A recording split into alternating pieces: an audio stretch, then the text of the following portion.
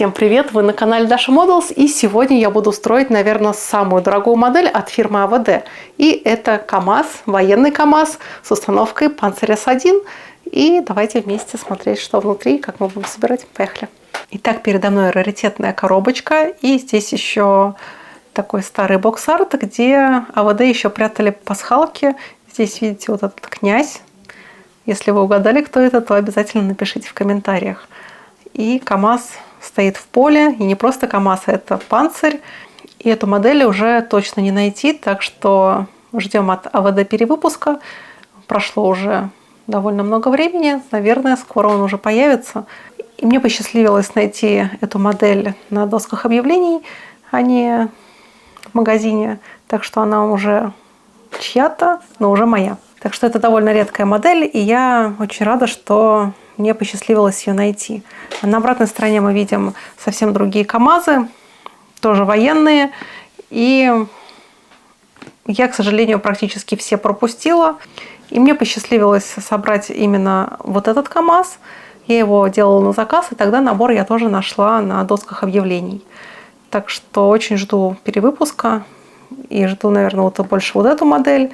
Потому что эти грузовички я довольно часто вижу. И у меня уже наметанный взгляд, как его правильно окрасить реалистично. Так что очень жду. Поехали собирать. И вот посмотрите, я заказала эту модель на одном известном маркетплейсе. И мало того, что набор ко мне пришел через месяц, так еще вот в таком вот безобразном виде. Коробка была обломлена практически посередине. Точнее, не обломлена, а надломлена. И есть очень рваные места по краям. Ну и мало того, что у меня через месяц пропало вдохновение на сборку этой модели, так теперь у меня вот такая вот безобразная коробочка. И знаете, какой выход есть из таких ситуаций? Теперь я заказываю модели и инструменты только на модельной лавке. Во-первых, у них очень быстрая доставка. И по Москве вы можете получить свой заказ буквально через 2 дня. Оформить доставку вы можете буквально почти на все сервисы, будь то Почта России, СДЭК или пункты выдачи Яндекс. Ну и также вы можете забрать свой заказ в ближайшей пятерочке. У лавки отличная служба поддержки. Например, вы можете обнаружить, что в наборе не хватает деталей. И после обращения к менеджерам вам обязательно вышлют эти детали. Лично я давно пользуюсь модельной лавкой. Я уже заказала модели туда и красок, и инструментов более чем на 1 000 000 рублей. А еще благодаря предзаказам вы точно не пропустите горячие новинки. Ну а для первого заказа вы можете применить этот промокод, и вы его всегда найдете в описании к любому из моих видео. Но если вы опытный пользователь лавки, то действует промокод Dasha. Он дает тоже небольшую скидочку. И вот так выглядит моя подсборка в виде вот рамы, у которой есть вращающиеся колеса. И, конечно, эта модель выглядит немножко упрощенной по сравнению с теми же звездовскими панцирями и в 35-м, и в 72-м масштабе, но почему бы и нет. Особенно меня немножко смущает, конечно, вот эти места крепления, но все равно мы поставим вот этот надрамник, если я правильно называю эту деталь. И все эти соединения будут не видны, если, конечно, кто-нибудь не будет переворачивать вашу модель на полке, но мне кажется, это делать никто не будет. Соответственно, вот такая подсборка. Кабина, где просто надо было посадить сиденье и согнуть боковинки и поставить руль. И сама пусковая установка с радаром. Конечно, действительно тоже немножко упрощенно, но зато тут все элементы подвижны, даже вот эти направляющие и радар. Все тут имеет подвижное соединение и будет выглядеть очень реалистично, особенно после моей окраски. Так что давайте приступаем к окраске. Большое спасибо всем моим спонсорам, которые продолжают поддерживать мой канал и благодаря которым видео продолжают выходить регулярно. Оформив подписку на мою страничку на Boosty, вы не только делаете благое дело, но и также получаете дополнительный контент обо мне. Ссылочка на Boosty есть в описании к видео. И также пожертвования вы можете отправить мне на мою карту Сбер. Есть реквизиты в описании. В начале окраски я загрунтовала модель из аэрозольного баллончика. Хотя после грунта мне не очень нравится вид поверхности, она у меня получается чересчур матовой и даже немного шероховатой. Причем я пробовала наносить этот же грунт из аэрографа, стравливая его из баллончика, но результат получился таким же. Так что теперь я не знаю, что мне делать с грунтом, какой посоветуете. Ну а потом, после грунтовки, я начала окрашивать панцирь в основной цвет. База у меня будет серовато-зеленая, характерная для современной российской военной техники. Именно в таком цвете я видела панцирь на выставке «Армия-2023», и тогда эта боевая машина поразила меня своими огромными размерами. Ну а теперь ручные работы, тут будет совсем их немножко. Мне нужно окрасить двигатель и некоторые элементы экстерьера, например, шильдик с логотипом КАМАЗ, фары и пушки зенитных автоматов. Зенитно-ракетно-пушечный комплекс «Панцирь С-1» применяется в войне на Украине с самого начала широкоформатных боевых действий, начавшихся еще в феврале 2022 года.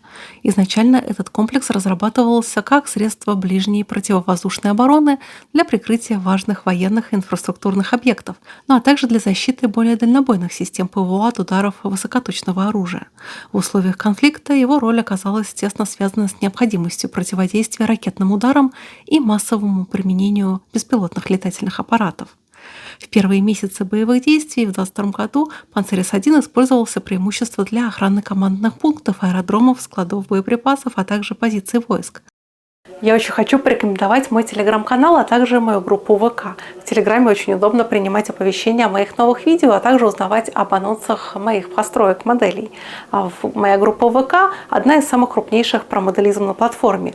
Там разгораются яркие дискуссии о моделизме, подписчики делятся своими работами и вдохновляются чужими.